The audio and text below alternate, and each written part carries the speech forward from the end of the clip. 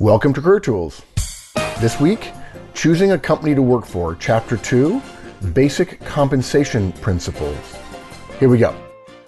Okay, Wendy, so in the first cast in our series about choosing a company to work for, we talked about the factors to consider when you're looking at companies, thinking about companies, the organizations themselves. Yeah.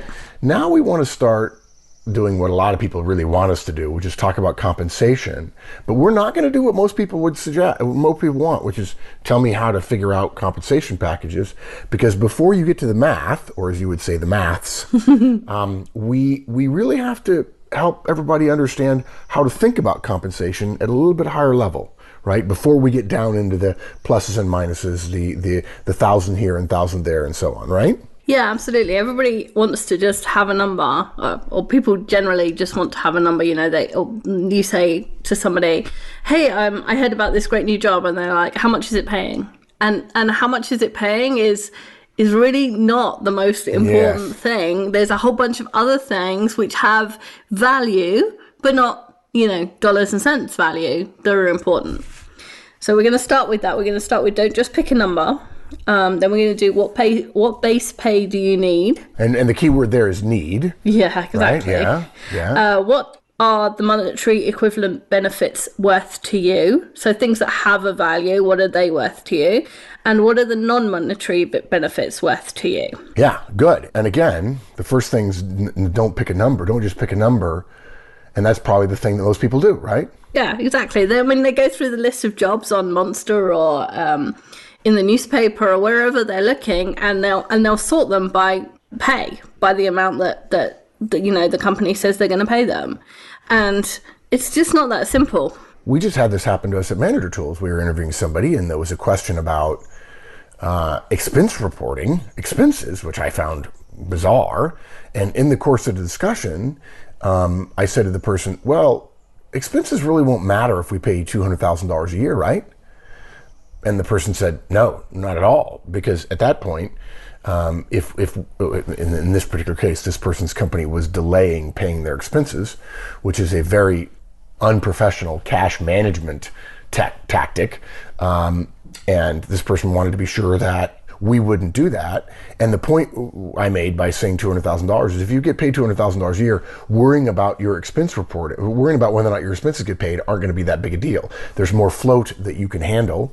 If you're used to making $80,000 a year and suddenly you're making $200,000 a year, you can set aside some cash to handle the float of expense reporting. And the point of this is not about expense reporting versus salary, guys. It's the point of the fungibility of the various benefits and the number. If you pick a number of 100, but there's a job in the perfect location with great upward mobility at 80, and you're making 85 now, and you're not willing to take a small step backwards in return for huge opportunities working for a boss whom you know is outstanding, whereas at the $100,000 a year job, you don't know the boss. That's just really bad analysis, right? Yeah, it's bad. It's bad career planning. And Wendy starts with don't just pick a number, guys, because the point she's making is the moment you pick that number has a signaling effect for you, whereas anything below that number immediately gets a negative connotation emotionally in your head. And it's far better to go into your, if you'll pardon the expression, negotiation with the market without a number in your head, but rather thinking a little bit more holistically. And what too many people do is pick the number, and that drives almost every other decision. Mm-hmm. It literally drives almost every other decision. And we have a future cast to put out. This is only the first part of our discussion about compensation in terms of choosing a company to work for. Cost of living analysis. Look, if you're in Chicago, or if you're in San Francisco, or if you're in New York, and I'm just going to use some American cities as an example, because I used to do some consulting work to the folks who do cost of living analyses, and you have a chance to move to San Antonio, and you had to take a $5,000 cut in pay. Let's say you're making $120,000 a year, and you had to take a $5,000 cut in pay to move from New York to San Antonio. You shouldn't care. Because a $5,000 cut in pay from New York to San Antonio is a $25,000 raise. Mm-hmm. Because you can buy a mansion in San Antonio for $250,000, right? Well, maybe not a mansion, but a really nice house. It's surprising too. I mean, we're only like 70 miles outside San Antonio, but I can get a 3-bedroom house in San Antonio for the same price as a 2-bedroom house where we are now. Yeah. And it's 70 miles down the road, let alone moving all the way across the country. So. Yes, but it is Fredericksburg after all. Yeah, that's true. So we have to be careful and don't just pick a number says, hold off on that, guys. The moment you do that, you set up a series of further discussions where that compensation number drives so much that you're not going to do what is a good analysis. And you won't even feel it happening because it's just the way people talk about compensation. So I'm sorry, Wendy, took us on a little tangent. No, you didn't. You've explained why we say don't pick a number. So there's a couple of kind of scientific reasons as well why we don't pick a number. So there's some science that says that an increase doesn't satisfy us after a couple of months or a couple of 6 months. We always think we're going to be happy when we get to another 20k or another 10k, and there's a reason that doesn't. When we've got it, after a while we're happy for a little while, and then we go back to our set level of happiness, and it's called hedonistic adaptation. You think you really want a big TV, and after a couple of months it's just the TV you have. You just you adapt to that being your circumstance, and you go back to your set level of happiness, of which we all have one. Yeah, and for the Americans who are listening, as opposed to those who have been taught British English, we might call that hedonistic adaptation. Oh, that's how we would pronounce that word, hedonistic. So. Okay. Not that you're wrong, just that isn't diversity wonderful? Isn't it? And then the second reason that money doesn't satisfy us in the way we think it's going to is because you don't get $10,000. If somebody gave me $10,000 tomorrow, I'd be like, awesome, now how am I going to spend $10,000, right? And that's what we kind of do in our heads. We're like, I'm going to go on holiday, I'm going to pay off my debt, I'm going to do this, I'm going to buy a car. But actually that $10,000 comes in 12 monthly increments, and they take the tax off it. So by the time, you've done that, you're down to $600 a month. And $600 a month is surprisingly easy to spend, Probably if we gave it to 100 people, one person would save it, one person would go on vacation or pay off their debt, but most people, it just kind of gets absorbed into your household expenses, and you adapt to having that extra money. So if you're thinking about a new role and you're thinking, okay, I just want a 10% increase on what I'm being paid now, that's not going to make you happy. Right. And it shouldn't be the only driver of your decision making.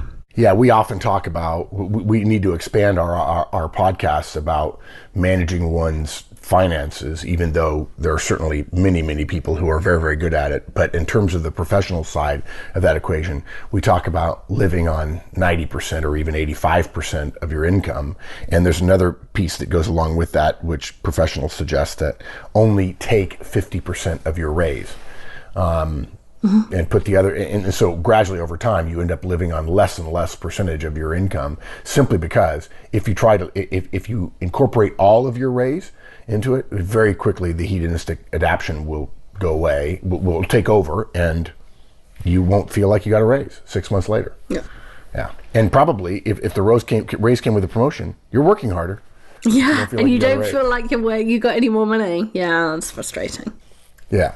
So the point here is compensation is not simply picking a number 10% higher because you feel like you've been underpaid. And to be clear, folks, we'll do a future cast on what is called salary compression, how growth internally in one company tends to lag the market because there are two markets, the external market and the internal market.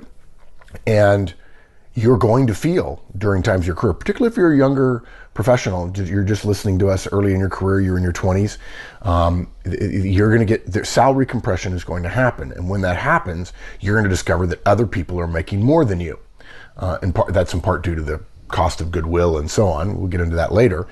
But if you feel like you're underpaid, and there are a lot of people who do, and that's completely acceptable to feel that way, don't just immediately jump into saying, I need a number this much higher. Or I heard my buddy say, she's making this much. And the first rule about that is everybody lies about how much they're being paid. Guys, I'm telling you now, everybody lies about how much they're being paid. And so don't believe them when they say they're making 25% more than you, because probably what they're doing is adding benefits on top of it. Oh, my total pay package is X. Or they're paying me this, and what they really mean is my total package is that, and you translate it as, that's your salary? Wow, you're doing great. And then you pick a higher number, and that, as a signaling effect, mentally in your thought process, drives everything else, and you miss great opportunities. And we can have a whole cast. Wendy, could we not have a whole cast just on the fact that there are times when taking a slight cut in pay is the way better thing to do? Oh, yeah. And I think that's kind of what we're going to say for the rest of this cast, too. Yeah, good. Okay, let's talk about base pay. So base pay. So what we're going to recommend that you do is decide what the minimum you can live on is. Not what you need to have the lifestyle that you have, not to have, horse riding lessons and a new TV and a new car every year, but the minimum you could live on.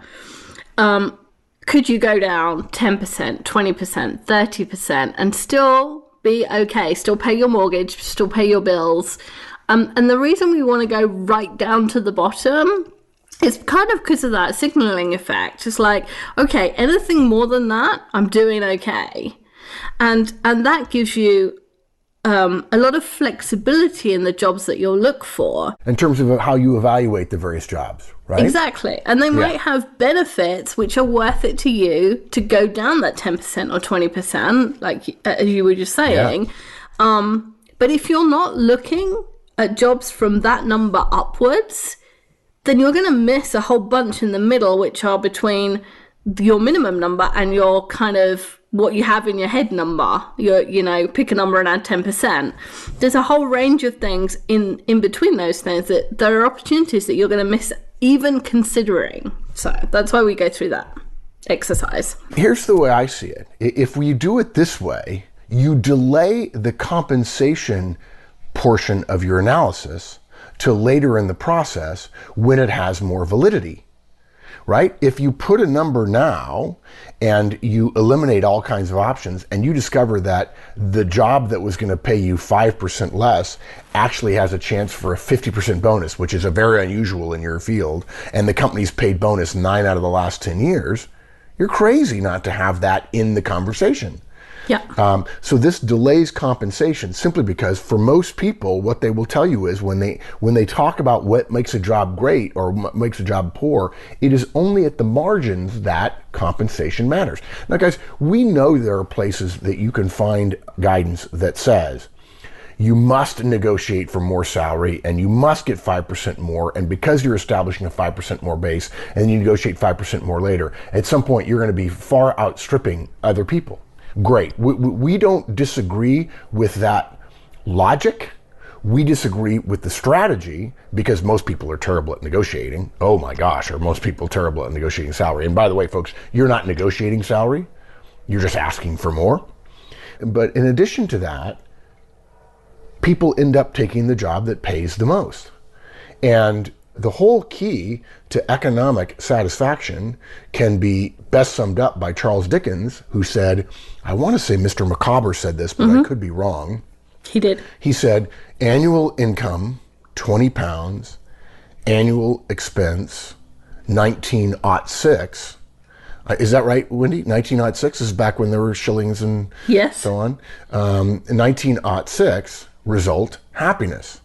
Annual income, 20 pounds. Annual expenditures, 20 pounds, 6, result, misery. Folks, the key to to compensation satisfaction is spending less than you have and having a reserve, right? This is the avoidance of debt. It's the avoidance of risk in your personal life, in your professional life.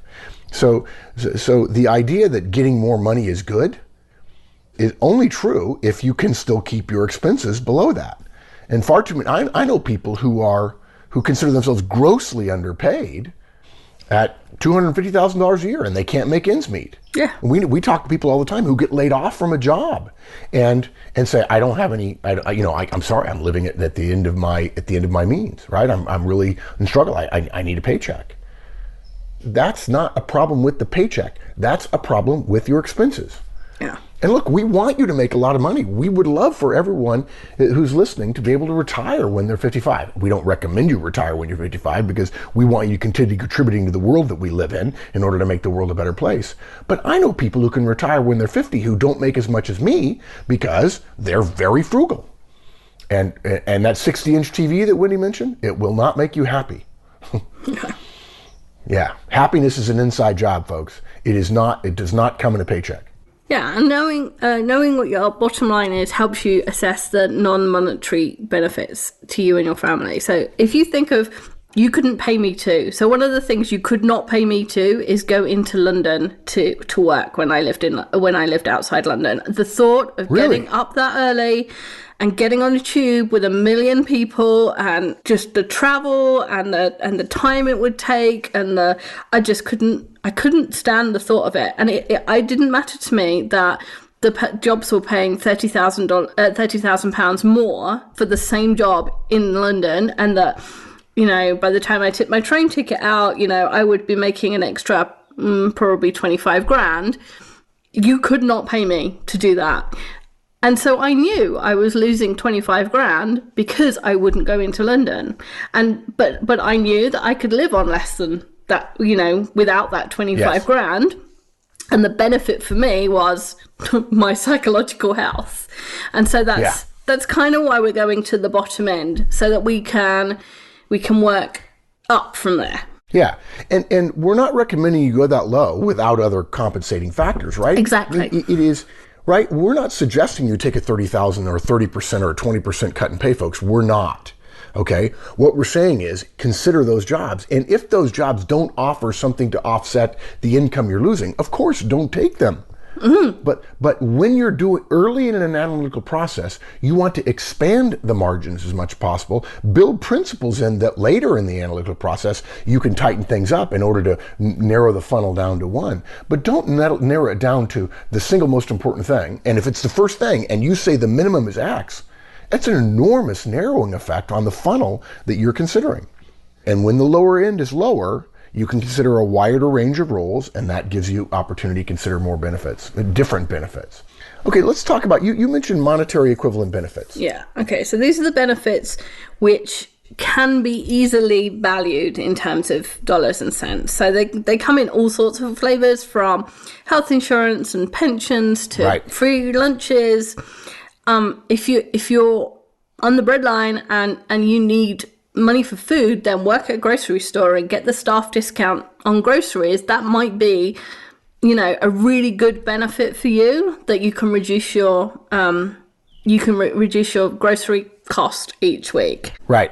Training courses that you wouldn't be able to afford, you might be able to do that now for a lower wage, knowing that it'll pay off later when you've got more experience and you've got that training course.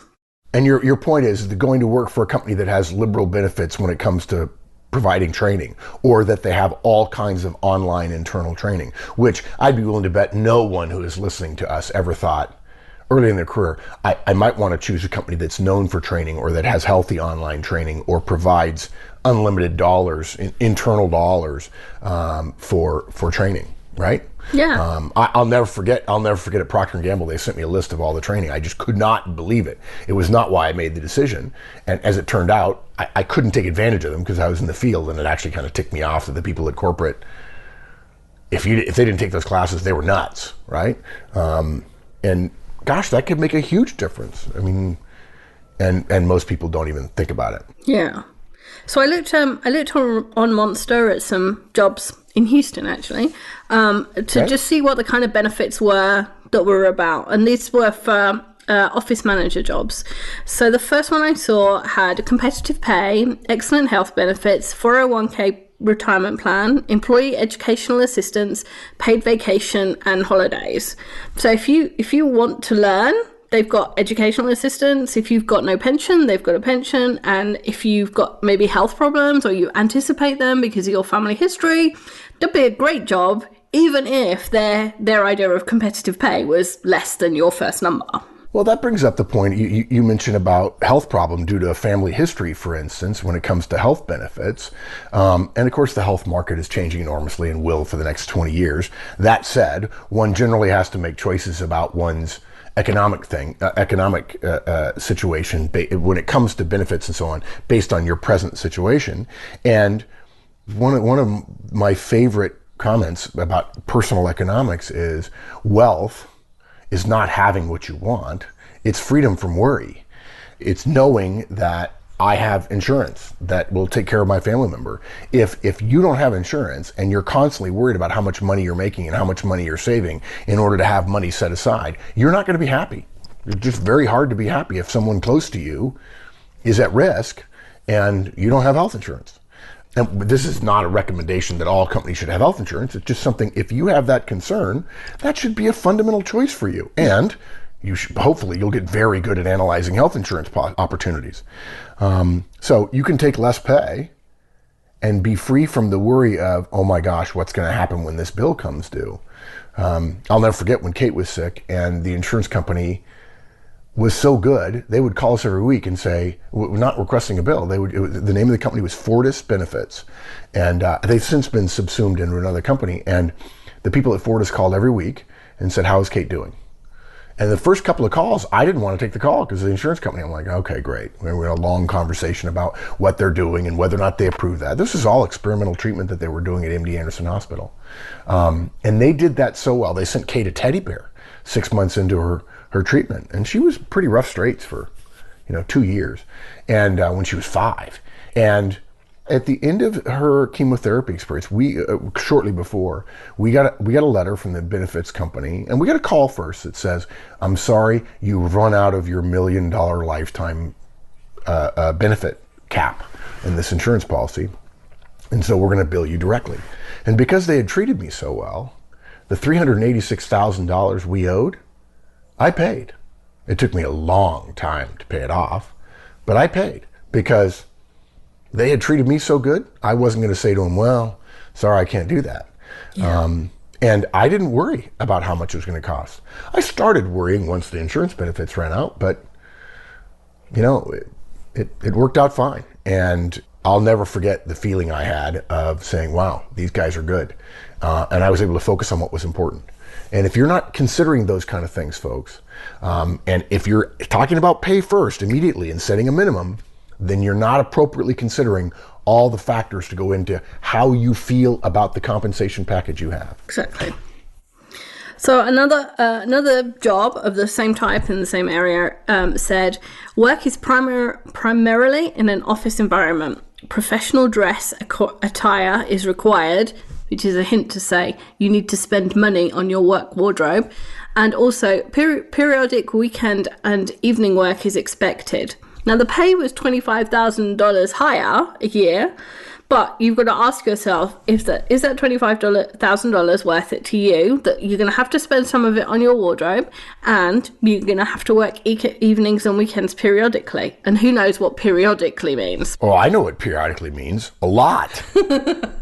Yeah, potentially. More than anybody wants to, right? Yeah.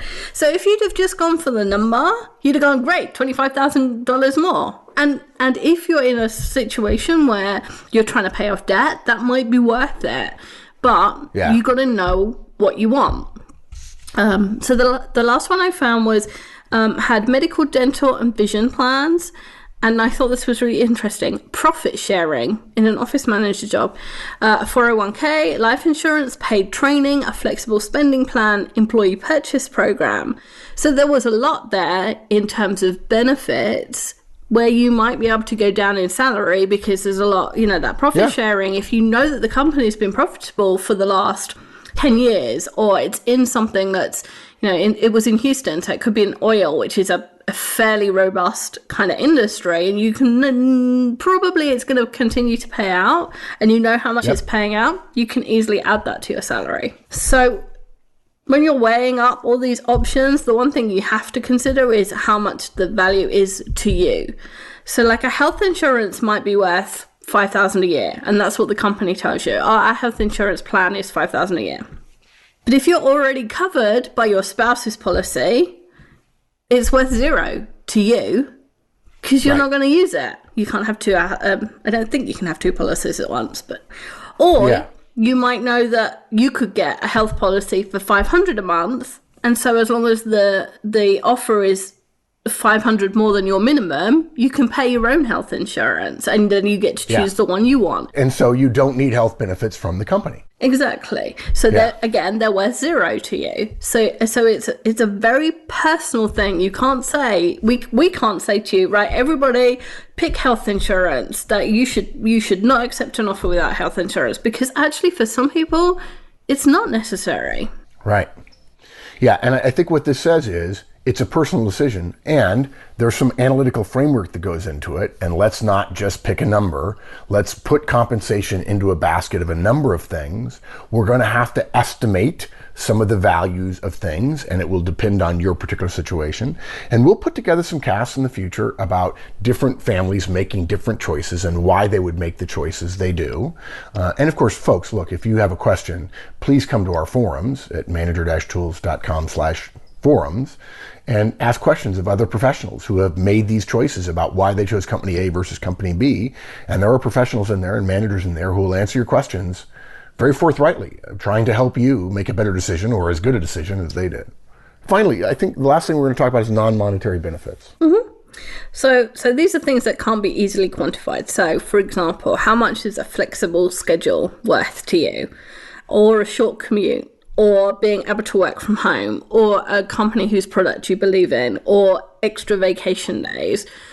I mean, are you at a stage in your life where you want to work in New York and you want to work 80 hours a week and play hard, work hard, and that's what you want to do? Or are you in a stage in your life where picking up the kids from school every day is worth it to you?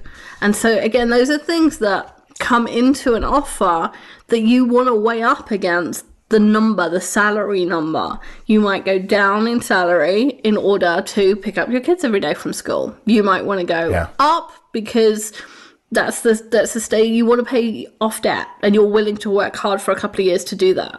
So yeah, in my particular case, I've been spoiled. I haven't commuted. Everybody says, my God, your travel schedule is crazy, and it is.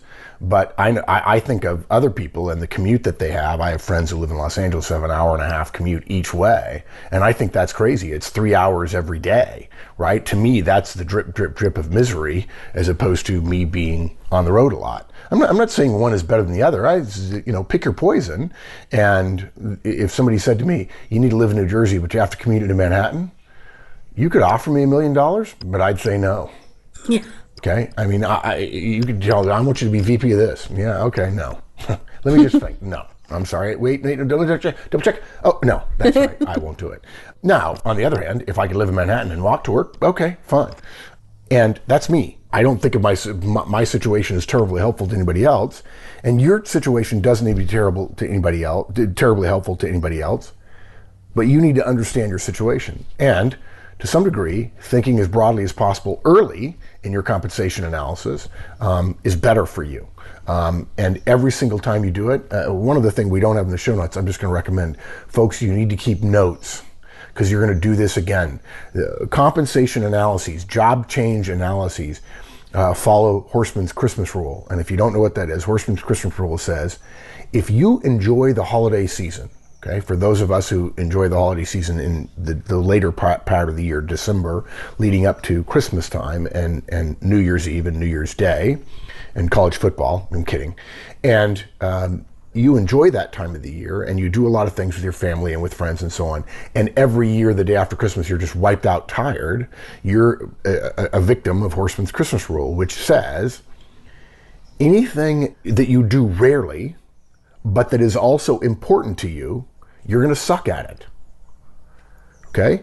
And when you do one-on-ones, when you do feedback, when you do coaching, it's the discipline of doing them on a regular basis. Okay?